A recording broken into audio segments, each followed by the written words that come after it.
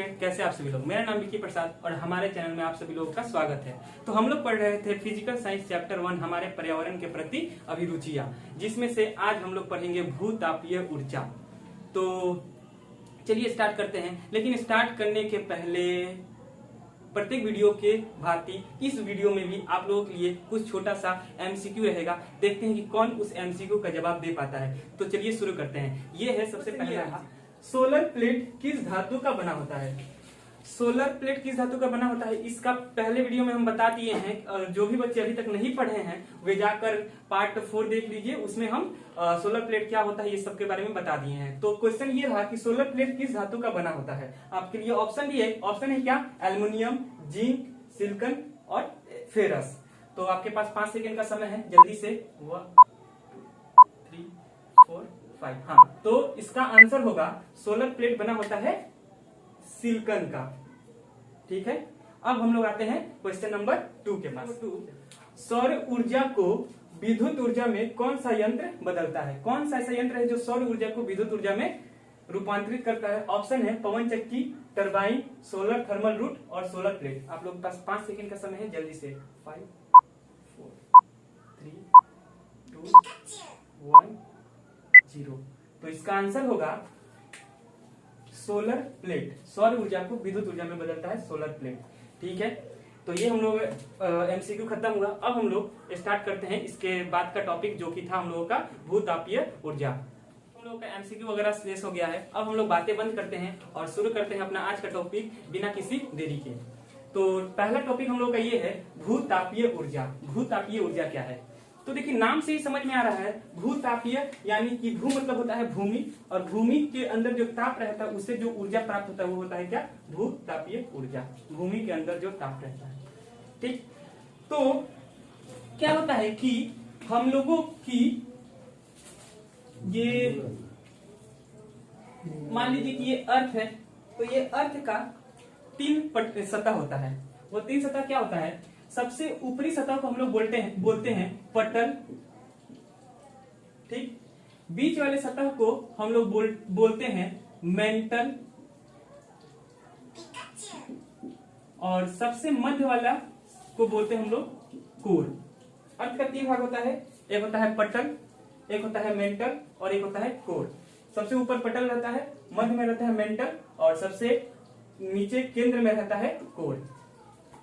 तो मेंटल में क्या रहता है कि गर्म चट्टानें द्रव अवस्था में पाई जाती है। मेंटल में क्या होता है, गर्म चट्टानें द्रव अवस्था में पाई जाती है, और उन जो गर्म चट्टानें द्रव अवस्था में पाई जाती है उनको हम लोग बोलते हैं मैग्मा। इसको हम लोग क्या बोलते हैं, उसको हम लोग बोलते हैं मैग्मा। यानी कि मैग्मा क्या होता है, मेंटल के अंदर गर्म चट्टानें द्रव अवस्था में पाई जाती है, जिसे हम लोग क्या बोलते हैं, मैग्मा बोलते हैं। तो इसके कारण क्या होता है कि इसी मैग्मा के कारण पृथ्वी के का जो टेम्परेचर मतलब अंदर तक से का जो टेम्परेचर रहता है वो बढ़ जाता है, जिसके कारण एक ऊर्जा प्राप्त होता है। वो ऊर्जा क्या होता है, भूतापीय ऊर्जा कहलाता है। ठीक है, तो पृथ्वी के गहराई में गर्म पिघली हुई चट्टानें हैं। पृथ्वी की गहराई में गर्म पिघली हुई चट्टानें हैं, जिसे हम लोग क्या कहते हैं, जिसे हम लोग मैग्मा कहते हैं। पृथ्वी की गहराई में गर्म पिघली हुई चट्टानें हैं, जिसे हम लोग क्या कहते हैं, जिसे हम लोग मैग्मा कहते हैं। अब ये जिसे हम लोग क्या कहते हैं, जिसे हम लोग मैग्मा कहते हैं। अब इसी मैग्मा में जो ऊर्जा संग्रहित रहता है, इस मैग्मा में जो ऊर्जा संग्रहित रहता है, उस ऊर्जा को हम लोग कौन सा ऊर्जा कहते हैं, उस ऊर्जा को हम लोग कहते हैं भूतापीय ऊर्जा। क्लियर है। क्या है कि पृथ्वी की गहराई यानी कि पृथ्वी के मेंटल में मैग्मा पाया जाता है। मैग्मा क्या है, पृथ्वी के मेंटल में गर्म चट्टानें द्रव अवस्था में पाई जाती है, जिसे क्या कहते हैं, मैग्मा कहते हैं। और इस मैग्मा में ऊर्जा संग्रहित रहता है, उसी ऊर्जा को हम लोग क्या कहते हैं, भूतापीय ऊर्जा कहते हैं। ठीक है, तो मैं लिख रहे हैं यहाँ पर। तो पृथ्वी के गहराई में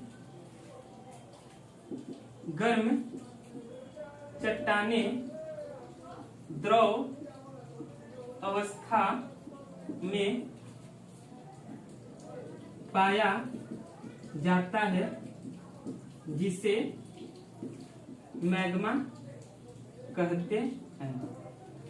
और इस मैग्मा में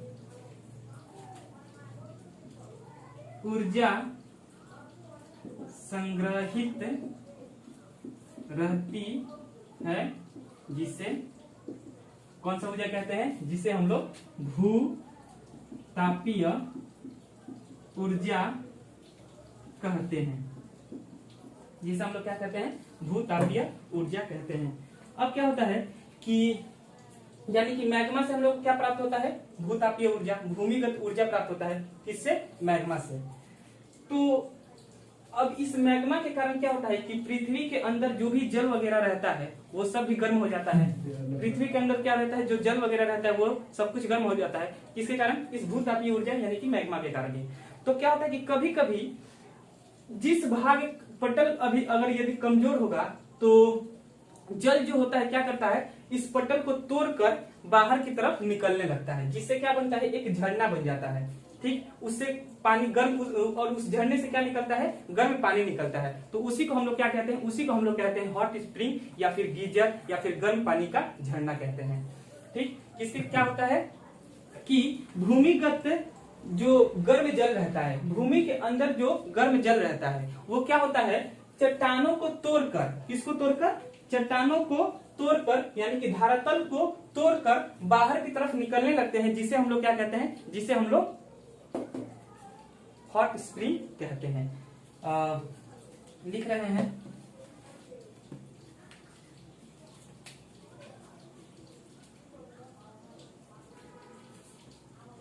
भूमिगत जल, भूमिगत जल धरातल को तोड़कर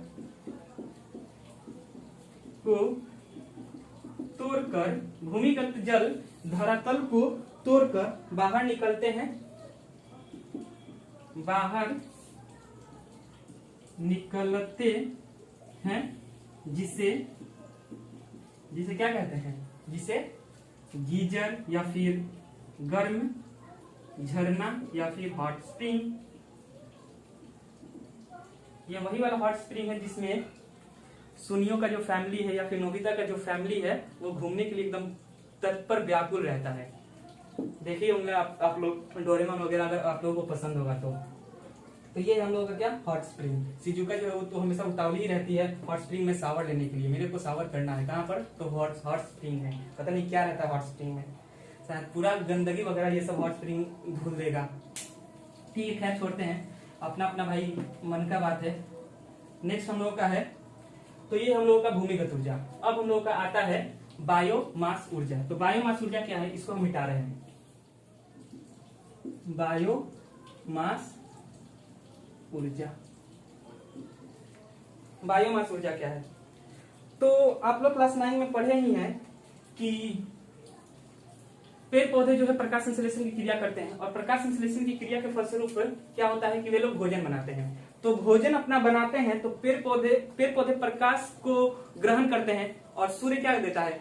सौर ऊर्जा देता है। तो उस सौर ऊर्जा को पेड़ पौधे क्या करते हैं? ग्रहण करके अपना भोजन बनाते हैं। तो उस भोजन को वे लोग इकट्ठा करते हैं रासायनिक ऊर्जा के रूप में। ठीक है, उस भोजन को क्या करते हैं? वे लोग इकट्ठा करते हैं रासायनिक ऊर्जा के रूप में, और वही पेड़ पौधे में जो ऊर्जा रहता है वही ऊर्जा क्या, कौन सा ऊर्जा कहलाता है? बायोमास ऊर्जा।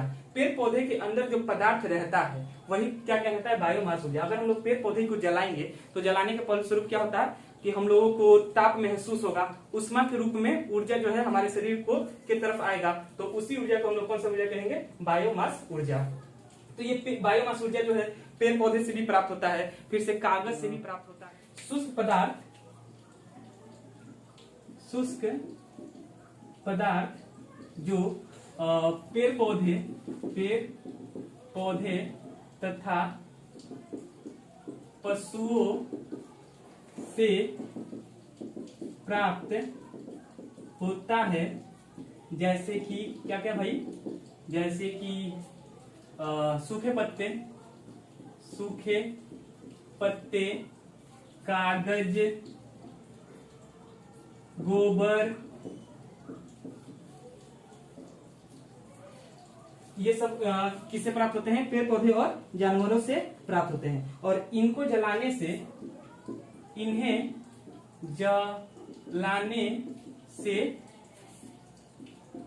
इन्हें जलाने से ऊर्जा प्राप्त किया जाता है, ऊर्जा प्राप्त किया जाता है। इन्हें जलाने से हम लोग को क्या प्राप्त होता है, ऊर्जा प्राप्त होता है। यानी कि हम लोग ऐसे कर सकते हैं क्या, कि पेड़ पौधे के अंदर जो पदार्थ उपस्थित रहता है वही पदार्थ क्या कहलाता है, बायोमास ऊर्जा कहलाता है। ठीक, तो अतः पेड़ पौधे के अंदर जो पदार्थ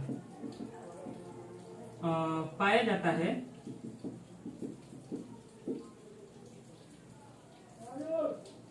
उसे बायोमास ऊर्जा कहते हैं, उसे बायोमास ऊर्जा कहते हैं। क्लियर है? तो ये हुआ हम लोग का बायोमास ऊर्जा। अब होता है बायोगैस। तो मिटा रहे हैं इसको। तो बायोगैस क्या है, बायोगैस, वायु गैस नहीं, बायोगैस। बायोगैस, बायोगैस क्या है? तो कभी आप लोग कभी कचरे के सामने से गुजरे हैं, तो कचरे के सामने से गुजरने से क्या होता है कि एक बहुत ही मस्त सा गंध, दिल को सुकून देने वाला गंध आता है। आया है कभी? अरे भाई ऐसा नहीं। जब हम लोग कचरे के सामने से गुजरते हैं तो क्या होता है कि एकदम ऐसा गंध आता है कि मन जितना खाया पिया एकदम उसी समय निकाल देने को मन करता है। ऐसा क्यों है? क्या होता है कि जब हम लोग कचरे के सामने से गुजरते हैं तो जो भी कचरा होता है वो सूक्ष्म जीव के उपस्थिति में वो सड़ जाता है, और सड़ जाने के फलस्वरूप क्या होता है कि उनमें से विभिन्न प्रकार की गैसें निकलती है। वो विभिन्न प्रकार की गैसें क्या है? Carbon dioxide, methane, hydrogen sulphide, ये सभी गैसें निकलती है। तो ये सभी गैसों का मिश्रण ही क्या कहलाता है? बायोगैस कहलाता है। ये सभी गैसों का मिश्रण ही क्या कहलाता है? बायोगैस कहलाता है। याद रहेगा? तो बायोगैस जानवरों तथा पेड़ पौधों के व्यर्थ पदार्थ, जानवरों तथा पेड़ पौधों के व्यर्थ पदार्थ के, जानवरों तथा पेड़ पौधे के व्यर्थ पदार्थ सूक्ष्म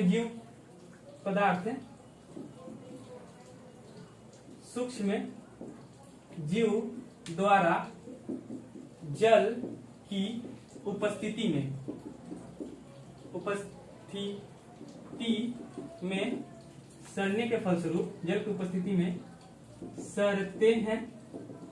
जानवरों तथा पेड़ पौधे के जो व्यर्थ पदार्थ रहते हैं वो सूक्ष्म जीव द्वारा, एक सूक्ष्म जीव रहता है, बता रहे हैं वो कौन सा सूक्ष्म जीव है, सूक्ष्म जीव द्वारा जल की उपस्थिति में क्या होते हैं? सड़ते हैं। और उनके सड़ने के फलस्वरूप क्या होता है कि विभिन्न प्रकार की गैसें निकलती है। उनके सड़ने के फलस्वरूप क्या होता है? जिससे विभिन्न प्रकार की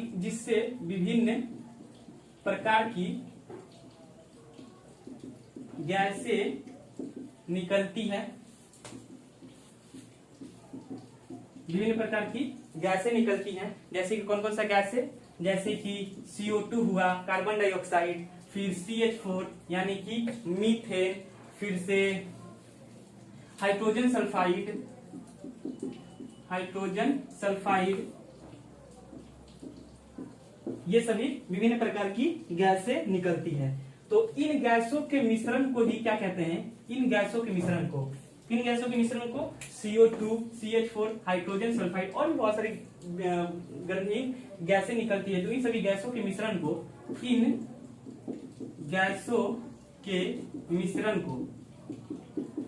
को बायोगैस कहते हैं, बायोगैस कहते हैं। याद रहेगा? तो पेड़ पौधे तथा जानवरों के व्यर्थ पदार्थ के सड़ने गलने के फलस्वरूप विभिन्न प्रकार की गैसें जैसे CO2, CH4, हाइड्रोजन सल्फाइड निकलती है। इन गैसों के मिश्रण को हम लोग क्या कहते हैं? बायोगैस कहते हैं। तो जैसे कि हम बोले थे क्या कि जानवरों के जो व्यर्थ पदार्थ होते हैं जल की उपस्थिति में सड़ते हैं, और उनको सड़ाता है कौन? सूक्ष्म जीव। तो वो कौन सा सूक्ष्म जीव है जो व्यर्थ पदार्थों को सड़ाता है? तो वो सूक्ष्म जीव का नाम है, मार्कर कहां गिरा? उस सूक्ष्म जीव का नाम है, जो सूक्ष्म जीव सराते हैं उसको हम लोग उस सूक्ष्म जीव को हम लोग बोलते हैं मिथेनोजेनिक बैक्टीरिया। एक विशेष एक बैक्टीरिया रहती है मिथेनोजेनिक बैक्टीरिया। जो सूक्ष्म जीव, कौन सा सूक्ष्म जीव? वे सूक्ष्म जीव जो पेड़ पौधे तथा जानवरों के सूक्ष्म पदार्थों को सड़ाकर बायोगैस निकालते हैं, उस सूक्ष्म जीव को क्या कहते हैं? Methanogenic bacteria. मतलब जो बैक्टीरिया जानवरों तथा पेड़ पौधे के व्यर्थ पदार्थ को जलाकर मीथेन गैस उत्पन्न करता है, मीथेन गैस उत्पन्न करता है, उस बैक्टीरिया को हम लोग क्या कहते हैं? मिथेनोजेनिक बैक्टीरिया कहते हैं। याद रहेगा, मिथेनोजेनिक बैक्टीरिया। मिथेनोजेनिक बैक्टीरिया क्या करता है? सूक्ष्म जीव।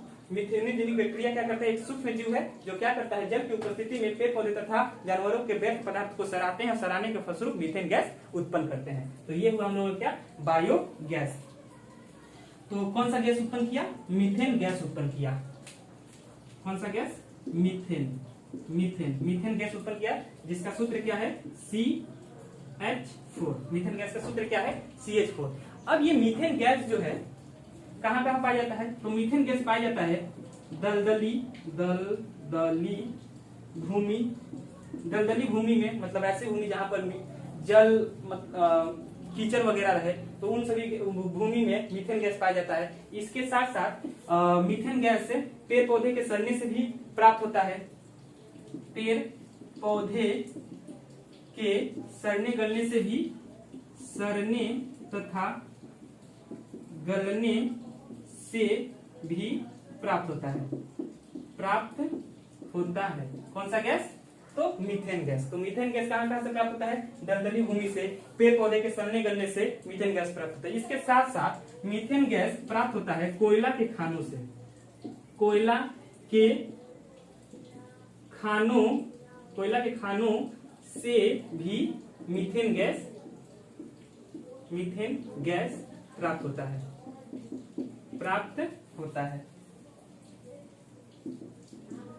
ये याद रहेगा। मीथेन गैस कहां से प्राप्त होता है? दलदली भूमि से, पेड़ पौधे के सड़ने तथा गलने से मीथेन गैस प्राप्त होता है। इसके साथ साथ मीथेन गैस कोयला के खानों से भी प्राप्त होता है।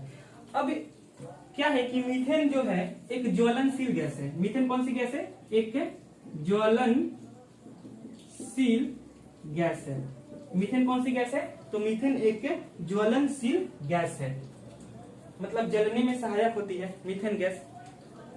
तो क्या होता है कि एक तो ये कहां पाई जाती है? कोयला के खानों में। मीथेन गैस कहां पाई जाती है? कोयला के खानों में, और एक ज्वलनशील गैस है। तो कभी कभी क्या होता है कि कोयला के खानों में मीथेन गैस पाए जाने के कारण कोयला के खानों में विस्फोट होने की संभावना रहती है। क्या होने की संभावना रहती है? विस्फोट, क्योंकि ये मीथेन गैस एक ज्वलनशील गैस है और कोयला के खानों में पाया जाएगा तो कभी कभी कोयला के खानों में विस्फोट होने की संभावना रहती है, जिसके कारण इस मीथेन गैस को फायर डैम भी कहते हैं। कोयला के खान में मीथेन गैस को फायर डैम भी कहते हैं। कहां पर? कोयला के खान में। क्यों कहते हैं? क्योंकि मीथेन गैस एक ज्वलनशील गैस है और कोयला के खानों में पाया जाता है, जिसके कारण कोयला के खानों में विस्फोट होने की संभावना रहती है, जिसके कारण मीथेन गैस को फायर डैम भी कहते हैं। कहां पर? कोयला के खानों में। फायर डैम को हिंदी में अग्निकूप कहते हैं। याद रहेगा। तो बायोगैस क्या है? पेड़ पौधे के सड़ने गलने के फलस्वरूप जो गैसें प्राप्त होती है उनको बायोगैस कहते हैं। और बायोगैस में कौन कौन सी गैसें आती है? Carbon dioxide gas, methane gas, hydrogen sulphide gas. Methane gas एक ज्वलनशील गैस है और ये गैसें कोयला के खानों में पाई जाती है, जिसके कारण कोयला के खानों में विस्फोट होने की संभावना रहती है। इसीलिए कोयला के खानों में मीथेन गैस को हम लोग क्या कहते हैं? फायर डैम यानी कि अग्निकूप कहते हैं। याद रहेगा। अब आते हैं हम लोग का नेक्स्ट टॉपिक है मीथेन हाइड्रेट। तो मीथेन हाइड्रेट क्या है? तो मीथेन हाइड्रेट जो है, ये हाइड्रेट मतलब होता है पानी, ठीक है। हाइड्रेट का मतलब क्या होता है? पानी। और मीथेन, तो मीथेन का मतलब पता ही है, मीथेन गैस। तो क्या होता है कि मीथेन गैस जो है मीथेन गैस जल के साथ उचित तापक्रम तथा दबाव पर आपस में संयोग कर क्या करता है? मीथेन हाइड्राइड का निर्माण करता है। मीथेन गैस जल के साथ उचित तापक्रम तथा दबाव पे आपस में संयोग कर क्या करता है, मीथेन हाइड्राइड का निर्माण करता है। मीथेन हाइड्राइड में क्या क्या रहता है, जल रहता है और मीथेन गैस रहता है, दोनों आपस में मिल जाते हैं और मिलकर किसका निर्माण करते हैं, मीथेन हाइड्राइड का निर्माण करते हैं। ठीक, तो लिख रहे हैं यहाँ पर मीथेन हाइड्राइड। मीथेन तथा जल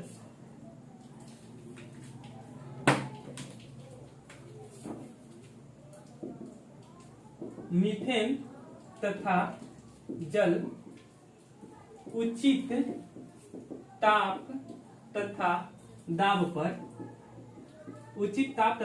पर आपस में संयोग कर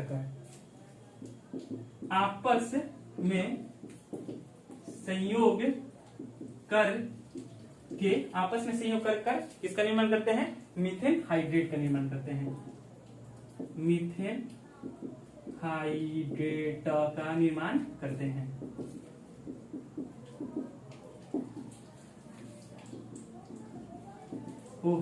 मीथेन हाइड्रेट का निर्माण करते हैं कौन कौन, मीथेन और जल आपस में संयोग कर।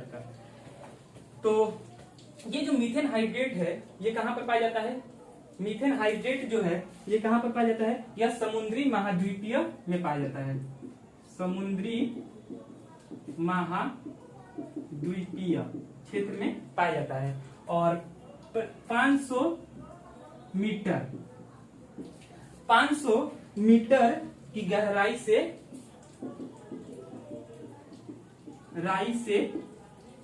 यह प्राप्त होने लगता है। 500 मीटर की गहराई से यह प्राप्त होने लगता है। तो भविष्य में मीथेन हाइड्रेट के द्वारा भी ऊर्जा को प्राप्त किया जा सकता है। भविष्य में मीथेन हाइड्रेट के द्वारा भी ऊर्जा को प्राप्त किया जा सकता है। ठीक है, तो ये हुआ हम लोगों का ऊर्जा के बारे में। अब है हम लोगों का टॉपिक ईंधन। क्या है, ईंधन। तो ईंधन क्या होता है,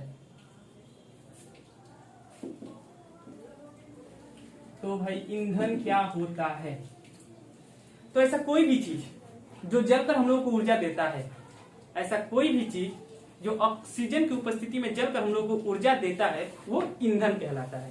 क्लियर है, ऐसा कोई भी वस्तु जो ऑक्सीजन की उपस्थिति में जलकर ऊर्जा प्रदान करता है वो क्या कहलाता है, वो ईंधन कहलाता है। तो ईंधन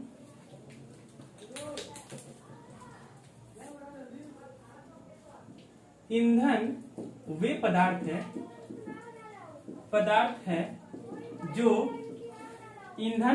पदार्थ हैं जो ऑक्सीजन की उपस्थिति में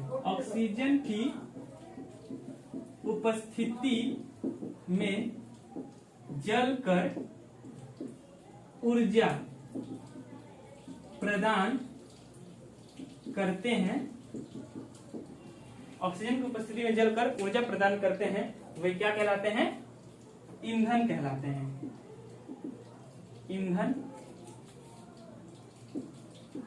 ईंधन कहलाते हैं। तो क्या क्या भाई हुआ, क्या क्या जल सकता है ऑक्सीजन की उपस्थिति में, कुछ भी। कागज ईंधन का काम करेगा, लकड़ी ईंधन का ही काम करेगा, पेट्रोल ईंधन का काम करेगा, डीजल, ये क्या है, ये सब कुछ ईंधन ही है। तो बहुत सारे अलग अलग ईंधन होते हैं। तो बहुत सारे अलग अलग ईंधन होते हैं, तो जिसमें से सबसे अच्छा ही ईंधन एक हाइड्रोजन भी ईंधन ही है। हाइड्रोजन भी जलता है। तो बहुत सारे अलग अलग ईंधन है। मीथेन भी ईंधन है, मीथेन भी जलता है, CH4 मीथेन भी जलता है, मीथेन भी क्या है, ईंधन ही है। तो बहुत सारे अलग अलग तरह के ईंधन है, लेकिन सबसे अच्छा ईंधन कौन सा है, तो सबसे अच्छा ईंधन है क्या, हाइड्रोजन। सबसे अच्छा ईंधन कौन सा है, तो सबसे अच्छा ईंधन है हाइड्रोजन। हाइड्रोजन जो है सबसे अच्छा ईंधन। तो क्यों भाई हाइड्रोजन को सबसे अच्छा ईंधन बोला गया है, क्योंकि हाइड्रोजन का जो उष्मीय मान होता है वो सबसे ज्यादा होता है। क्योंकि हाइड्रोजन का जो उष्मीय मान होता है वो सभी ईंधनों से ज्यादा होता है, इसलिए हाइड्रोजन को उत्तम ईंधन बोला गया है। अब ये उष्मीय मान क्या होता है, तो उष्मीय मान जो है, उष्मीय मान क्या होता है कि देखिए किसी भी ईंधन को जलाने पर कुछ हम लोगों को ऊर्जा देते हैं, तो जो ईंधन सबसे ज्यादा ऊर्जा देगा वही ईंधन अच्छा ईंधन कहलाएगा। मान लीजिए कि हम लोग कुछ परिमाण में हाइड्रोजन जलाए, कुछ परिमाण में मतलब मीथेन जलाए, मतलब हाइड्रोजन कुछ जलाए और मीथेन कुछ जलाए, ठीक है। और जलाने के फलस्वरूप हाइड्रोजन हम लोगों को मीथेन से ज्यादा मात्रा में ऊर्जा देता है, इसीलिए हाइड्रोजन क्या है, अच्छा ईंधन माना गया है, ठीक। तो क्यों? क्योंकि हाइड्रोजन का जो उष्मीय मान होता है, हाइड्रोजन का उष्मीय मान ज्यादा होता है, इसलिए हाइड्रोजन को अच्छा ईंधन मानता है। अब ये उष्मीय मान क्या होता है? मान 1 किलो ईंधन को जलाने पर, 1 किलो ईंधन को जलाने पर 1 किलो ईंधन को जलाने पर जितनी ऊर्जा प्राप्त होती है, जितनी ऊर्जा प्राप्त होती है उसे ईंधन का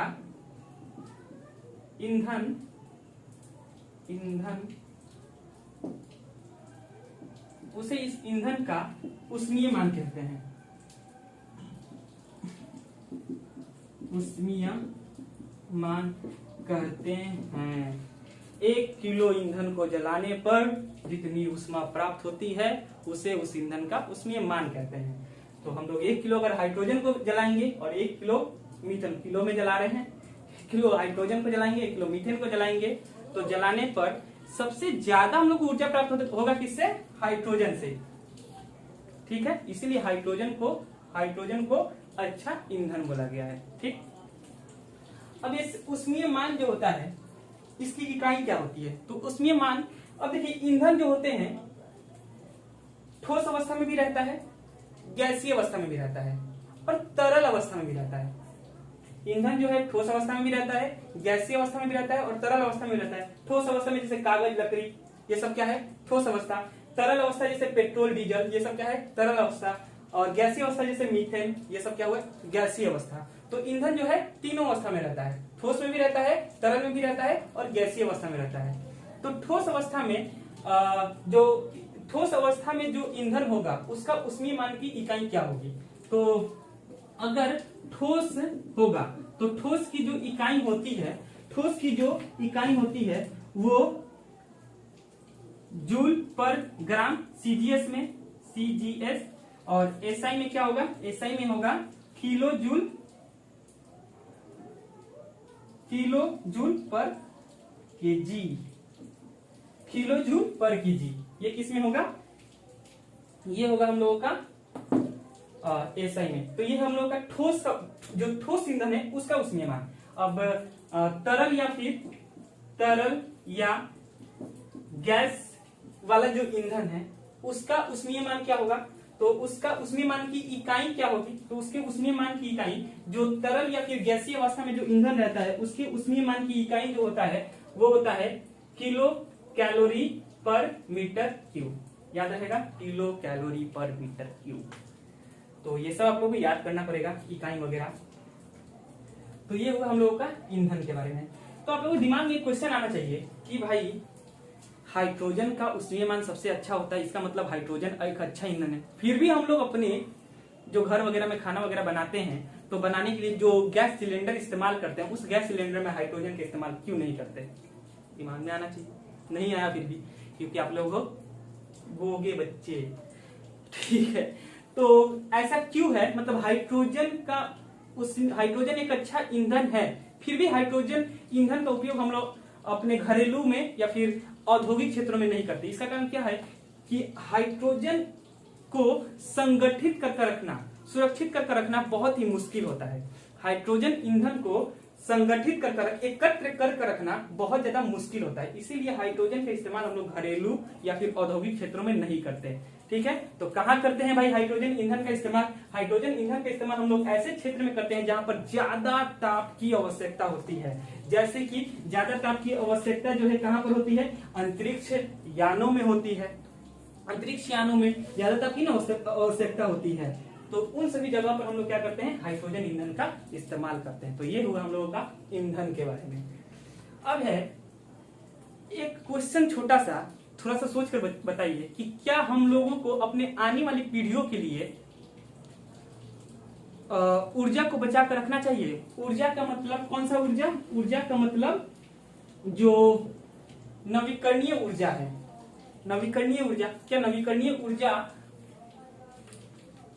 नवीकरणीय नहीं, गैर नवीकरणीय ऊर्जा, जैसे कि कोयला, डीजल, पेट्रोल, इन सबको बचाकर रखना चाहिए क्या?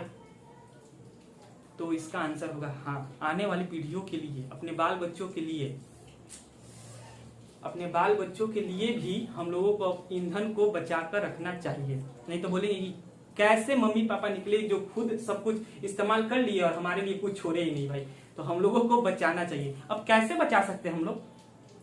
जो कोयला, पेट्रोल, डीजल वगैरह है, इन सबको हम लोग इन सभी ईंधन को हम लोग कैसे बचा सकते हैं? देखिए क्या है कि ये सभी ईंधन जो है बहुत लिमिट ही है, बहुत कम मात्रा में, मतलब इसका इस्तेमाल अगर करते रहेंगे तो ये एक दिन शेष हो जाएंगे। तो कैसे बचा सकते हैं? तो बचाने का तरीका ये है कि हम लोगों को पहले इन सब का इस्तेमाल बहुत कम मात्रा में करना चाहिए, ठीक है। और इसके साथ साथ हम लोगों को नवीकरणीय ऊर्जा के जो स्रोत है, जैसे कि सौर ऊर्जा, पवन ऊर्जा, ज्वारीय ऊर्जा, इन सबके उपयोग में का बढ़ावा देना चाहिए।